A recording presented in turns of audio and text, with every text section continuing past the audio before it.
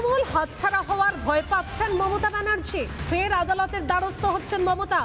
ঋতব্রত ব্যানার্জির বিরোধী দলনেতা হওয়াকে চ্যালেঞ্জ করে কলকাতা হাইকোর্টে দায়ের হচ্ছে মামলা। বিরোধী দলনেতা নির্বাচনে বিধায়কদের ভূমিকা থাকে না উল্লেখ মামলায়।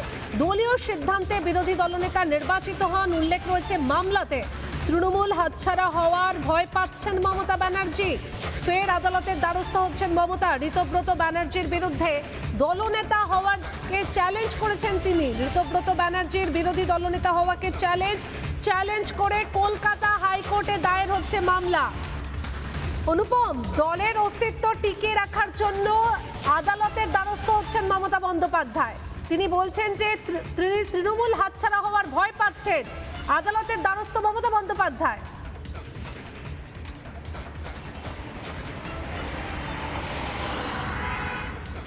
দেখো, তৃণমূল যে আদালতে যাবে এটা অনেকটা প্রায় নিশ্চিত ছিল, কারণ মমতা বন্দ্যোপাধ্যায় বা অভিষেক বন্দ্যোপাধ্যায়রা নিশ্চুপ ছিলেন যতক্ষণ পর্যন্ত পরিষদীয় দল তারা নিজেদের দলনেতা বাছাই করলো।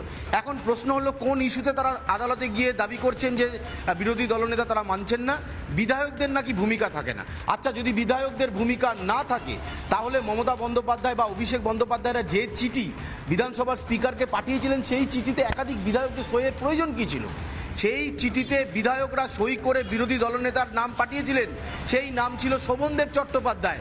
আর সেই সই জাল হওয়াতে বিরোধী দল ভেঙে যায়। পরিষদীয় দলের নতুন মুখ হন ঋতব্রত বন্দ্যোপাধ্যায়। অর্থাৎ এই যে বিধায়কদের ভূমিকা থাকে না বলছে তৃণমূল কংগ্রেস, তাহলে এই পরিষদীয় দলনেতা যখন তারা বাছাই করলেন তখন কেন বিধায়কদের সই করতে হলো? তাহলে তো বিধায়কদের সই ছাড়াই পরিষদীয় দলের দলনেতা তৈরি করে বিরোধী মুখ বিধানসভায় বলে দিতে পারতেন মমতা বন্দ্যোপাধ্যায়ের দল বা অভিষেক বন্দ্যোপাধ্যায়ের দল। তাহলে অভিষেক বন্দ্যোপাধ্যায় স্পিকারকে যে চিঠি দিলেন দলের সর্বভারতীয় সাধারণ সম্পাদক হিসাবে, সেই চিঠিতে বিধায়কদের সই করালেন কেন? বিষয়টা অনেকটাই হাস্যকরের জায়গায় পৌঁছে যাচ্ছে। এখন মমতা বন্দ্যোপাধ্যায় বা অভিষেক বন্দ্যোপাধ্যায়রা তাদের দল টিকিয়ে রাখার মরিয়া চেষ্টা করছে, কিন্তু ইতিমধ্যেই পরিষদীয় দল ভেঙে গেছে। পরিষদীয় দলের যে 80 জন বিধায়ক তার মধ্যে 58 বেশি, আমি তো এই মুহূর্তে 62 শুনছি সংখ্যাটা। ফলে এই 58 থেকে 62 জন বিধায়ক তারা ঋতব্রত বন্দ্যোপাধ্যায়কে তাদের দলের পরিষদীয় দলের নেতা মেনে নিয়েছেন, তারা সই করেছেন। শুধু সই করেননি, বিধানসভার স্পিকারের কাছে সশরীরে হাজির হয়েছেন এবং তাদের উপস্থিতি জানান দিয়েছেন।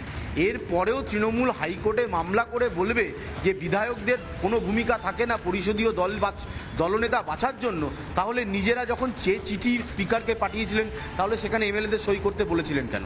সই না করে শুধুমাত্র যিনি পরিষদীয় দলের নেতা হবেন শোভনদেব চট্টোপাধ্যায় তার নামটা লিখে পাঠিয়ে দিলে হয়ে যেত, তাহলে আর এই সই জালকাণ্ড প্রকাশ্যে আসতো না। ফলে এই যে বিষয়গুলো নিয়ে এখন হাইকোর্টে যাচ্ছে, বিরোধীরা বলছে আবার হাইকোর্ট থেকে ধাক্কাকে ফিরে আসতে হবে মমতা বন্দ্যোপাধ্যায়কে। পরিষদীয় দল ভেঙে গেছে, পরিষদীয় দলনেতা তৈরি হয়ে গেছে। এতদিন পর হাইকোর্টে তারা মুভ করে আবার একটা বিষয় স্পষ্ট করে আনছে যে তৃণমূল কংগ্রেস তাদের অস্তিত্ব টিকিয়ে রাখার জন্য মরিয়া চেষ্টা করছে। এই মরিয়া চেষ্টায় তারা ব্যর্থ হবে বলছে বিরোধী রাজনৈতিক দল। তারা বলছে যে তৃণমূল যে চেষ্টা চালাচ্ছে সেই চেষ্টা তারা ব্যর্থ হবে। বিরোধী দলের এখানে ভূমিকা কিন্তু অত্যন্ত গুরুত্বপূর্ণ। শাসক দল কিন্তু একজনও বিরোধী বিধায়ককে নিজেদের দলে টেনে নিয়ে বিরোধী দল ভাঙতে চায়নি। বিরোধী দল নিজেদের মধ্যে গোষ্ঠী কোন্দল, দলনেতা না মানা, সেইটাকে মেনেই তারা ভেঙেছে। সুতরাং শাসক দল বিজেপি এই মুহূর্তে নিশ্চিন্তে ঠান্ডা ঘরে বসে গোটা নাটকটা দেখছে। এখন মমতা বন্দ্যোপাধ্যায় অভিষেক বন্দ্যোপাধ্যায় হাইকোর্টে যাবেন, সেখানে গিয়ে বলবেন বিধায়কদের কোনো প্রয়োজন নেই, তাদের সইয়ের দরকার নেই, এমনি তারা রয়েছেন, কিন্তু বিরোধী দলনেতা দল বাঁচবে। তাহলে প্রশ্ন উঠছে, তুমি সঙ্গে থাকো, আমাদের লাগাতার এই খবরের দিকে নজর রয়েছে। এরই পাশাপাশি আরো নানা ধরনের কন্টেন্ট দেখার জন্য লাইক করুন, শেয়ার করুন আমাদের ফেসবুক পেজ, সাবস্ক্রাইব করুন আমাদের ইউটিউব চ্যানেল। পাশাপাশি অন্যান্য ব্রেকিং নিউজের জন্য অবশ্যই চোখ রাখুন রিপাবলিক বাংলায়।